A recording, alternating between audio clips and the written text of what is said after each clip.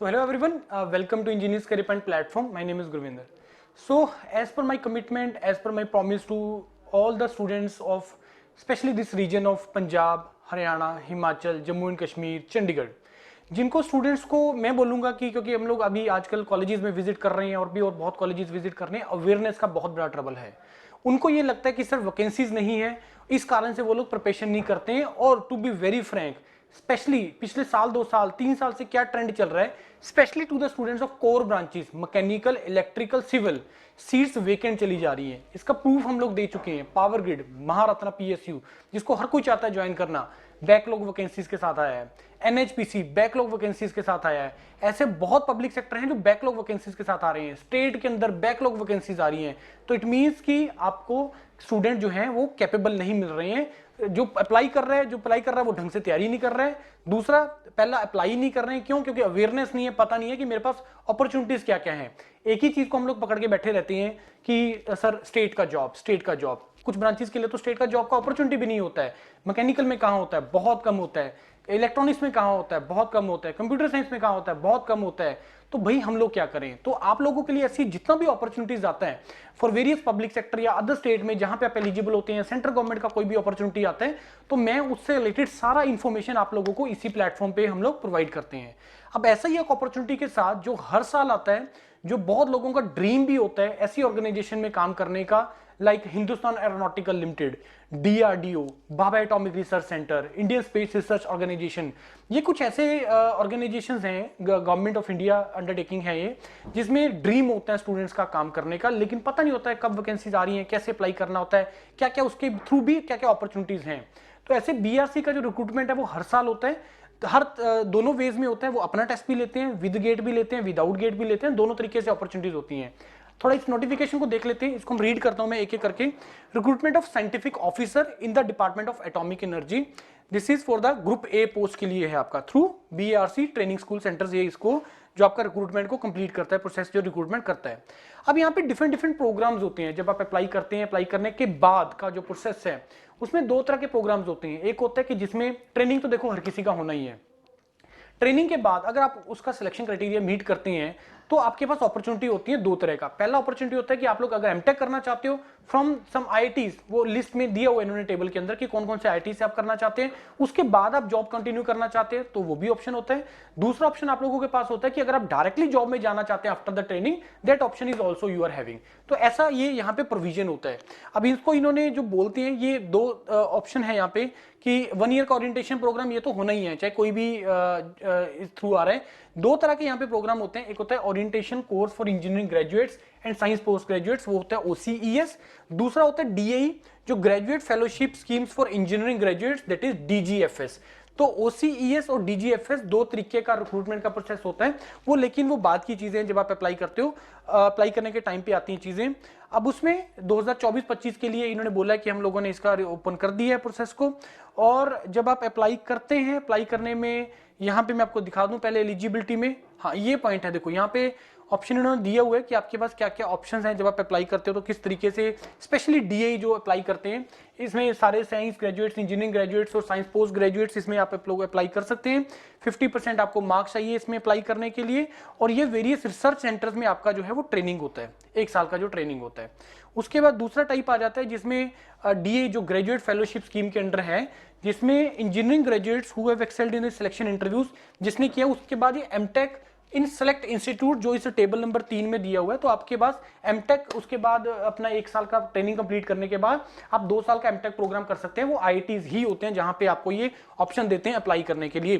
तो उसके बाद आप आके अपना जॉब जो है कंटिन्यू कर सकते हैं। क्योंकि बहुत बच्चों का ड्रीम होता है कि सर मेरे को मास्टर्स करना है, आईआईटी ब्रांड में जाना है, और उसके बाद मेरे को फिर एक बहुत बड़े एक अच्छे ऑर्गेनाइजेशन में काम करना है लाइक बीआरसी।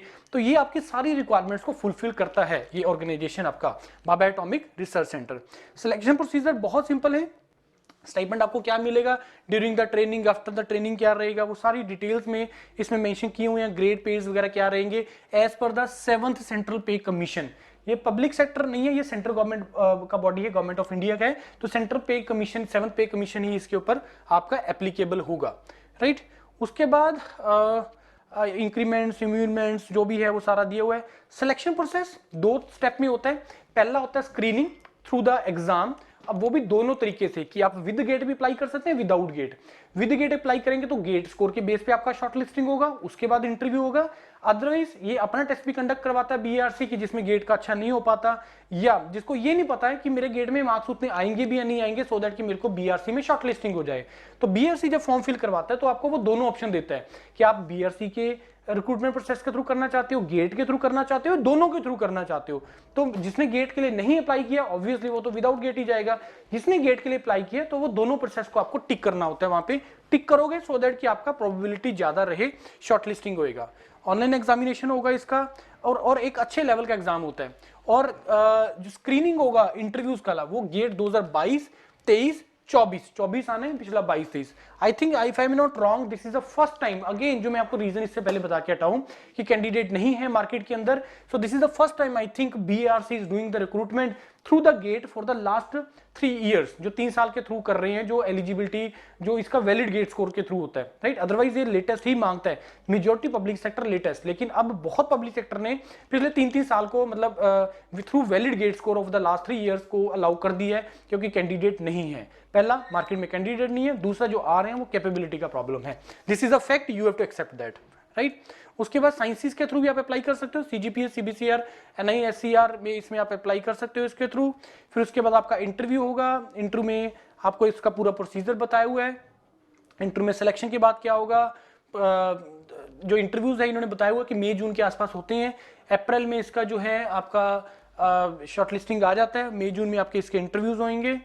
तो ये सारी चीजें हैं जो मैंने आपको बता दी है, एलिजिबिलिटी क्राइटेरिया, इसको आप गो थ्रू कर सकते हैं सारे के सारे। और ऑलमोस्ट मेरे को नहीं लगता कि कोई भी ऐसी ब्रांच है जिसको बीआरसी का रिक्रूटमेंट प्रोसेस में अलाउड नहीं होते हैं, सारी ब्रांचेस इसमें एलिजिबल होते हैं। कोई भी नेम एनी ब्रांच कोई भी दिमाग में आपको आती है इंजीनियरिंग से रिलेटेड, तो सभी के सभी ही एलिजिबल होते हैं। और ये कभी भी आपको नंबर ऑफ सीट्स नहीं बताते हैं कि कितना नंबर ऑफ सीट्स हमें रिक्वायर्ड है, कि रीजन उसके पीछे ये, they want the capable people. अगर आप में कैपेबिलिटी है और अगर आप करना चाहते हो, कंट्री के लिए कुछ करना चाहते हो, और रिसर्च डोमेन में आपका इंटरेस्ट है, because this is a research institute, अगर आपका रिसर्च में इंटरेस्ट है और आप कंट्री के लिए कुछ करना चाहते हो, कुछ अपना कंट्रीब्यूशन ऐसी चीजों में करना चाहते हो जिसमें आपको लगे कि yes I have done something for the country, तो ये कुछ इस तरह की ऑर्गेनाइजेशन है बीआरसी। जिसको पैशन है इन ऐसी ऑर्गेनाइजेशन को ज्वाइन करने का, काम करने को लेके बग है, तो आप लोग जरूर अप्लाई करिए। योरपीडिया इज अ प्लेटफॉर्म जो इसको आपको सर्विसेज प्रोवाइड करते हैं इंटरव्यूज के लिए, क्योंकि बीआरसी का इंटरव्यू थोड़ा डिफरेंट होता है as compare to the other public sector, क्योंकि यहाँ पे अगेन उसने आपका रिसर्च टेम्परामेंट चेक करना है, बहुत बेसिक से स्टार्ट करेगा। For example what do you mean by thermodynamics, बड़े सिंपल से what do you mean by strength, और ले जाएगा बहुत डेप्थ तक। वो ये चेक करना है कि आपका अप्रोच क्या रहता है, उसको आंसर से मतलब नहीं होता, वो ये चेक करेगा कि अगर आपका नॉलेज कितना है, आपके कंसेप्ट कितने क्लियर है, और वो आपको ऐसे क्वेश्चन पूछेगा जो आपको लगेगा कि मैंने तो ये आज तक ये चीजें सुनी ही नहीं। उस केस में वो ये चेक करेगा कि आप अप्रोच क्या फॉलो कर रहे हो, क्या आपका अप्रोच, क्योंकि रिसर्च एक ऐसी चीज है जिसमें एक टेम्परामेंट चाहिए चीजों को उस तरीके से सोचने का।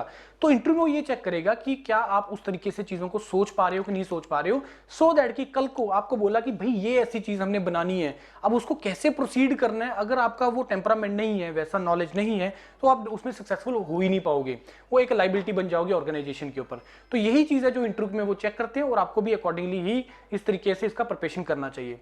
हम योरपीडिया की तरफ से इंजीनियर्स करियर पॉइंट से कोई भी आपको हेल्प रिक्वायर्ड है तो आप हमारा हेल्प ले सकते हैं, लेकिन do apply for the GATE exam. मैं हर किसी को बोलता रहता हूं इसको अप्लाई करो, बहुत अपॉर्चुनिटीज आती हैं, एक साल के अंदर more than 100 exam you can write. ये मेरा प्रॉमिस है जो मेरे को आपको एक एक इन्फॉर्मेशन आपको प्रोवाइड करनी है। ऐसी बहुत इन्फॉर्मेशन है जो हम ईसीपी पे प्रोवाइड करते हैं, और आप जुड़े रहिए इस प्लेटफॉर्म के साथ और आपको बहुत इन्फॉर्मेशन आपको मिलेगी। Right everyone, thank you and all the best.